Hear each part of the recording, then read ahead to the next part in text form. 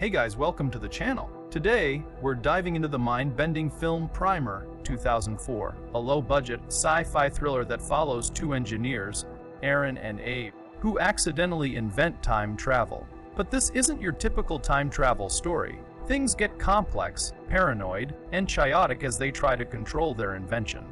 We'll break this video down into 5 parts. Story breakdown of the movie, Paranoia and Consequences, Climax and Ending, themes of the movie, conclusion. So let's dive in and see if we can make sense of this puzzle. Part 1. Story breakdown of the movie. The story begins with Aaron and Abe, two engineers working on a project in Aaron's garage. They're trying to develop a device to reduce the weight of objects. Something simple. But instead of that, they accidentally discover something far more extraordinary: time travel. At first, neither of them truly understands what they've created, but quickly they realize that the machine they've built allows them to travel back in time. But here's the catch: it's not like any time machine you've seen before. When someone enters the machine, they don't just travel back to the past. No, they duplicate themselves. So the person who steps in the machine creates a second version of themselves in the past. That second version can interact with the world, but the original person stays in the present. Imagine this. Aaron and Abe use the machine, and once they travel back, the original version of them stays where they are, while the duplicate moves into the past. The duplicate doesn't know about the future. They live in the past, unaware of what the original version knows. This creates an ever-growing web of versions of Aaron and Abe, each with different knowledge of the world and their actions. And that's where things start to get complicated. As they continue to use the time machine, time starts to spiral out of control. The two men start to make small changes, like betting on the stock market or preventing minor accidents. But each time they use the machine, they create more duplicates, each version of themselves trying to change or control the past. Part 2. The Paranoia and Consequences. At first, they think it's harmless. They can just use the machine, fix small mistakes, and make some profit. But things quickly escalate as Aaron and Abe realize that changing the past isn't as simple as it seems. Aaron begins to overuse the machine. The more they go back, the more the timeline starts to overlap. Abe begins to grow suspicious. He creates a fail-safe plan to prevent the machine from being used again, but Aaron's growing obsession with the device leads him to take increasingly dangerous actions. The two men no longer trust each other. Paranoia sets in as each begins to wonder, what is the other version doing? What do they know? Every decision has devastating consequences. They both begin to ask questions. Wait, who are you? Are you the real Abe or one of the duplicates? What have you been doing?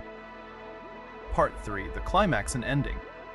As the film reaches its climax, the timelines become more fractured, the characters more desperate. Aaron decides to go back in time one final time to fix everything. But by this point, there are so many versions of him that it's nearly impossible to track which one is the original Aaron. The confusion is overwhelming. In the end, Aaron's final attempt to undo everything leaves the audience with more questions than answers. The film closes with a cryptic shot of Aaron walking away from the garage, leaving the time machine and all its consequences. Has he truly fixed the timeline, or is he simply walking away from the mess he created? The ending is deliberately open-ended, forcing the audience to question whether time can be truly corrected, or whether the cycle will repeat forever. This is the moment when most viewers get really frustrated as Aaron walks away from the garage, and it's easy to see why. I think the reason the ending unfolds like this is because time can't be fixed.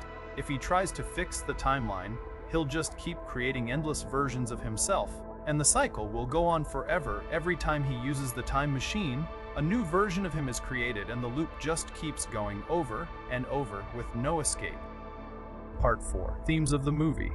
As a low-budget sci-fi film, Primer raises the question, if we could go back in time, should we? Aaron and Abe use the machine for personal gain, betting on stocks, fixing small mistakes.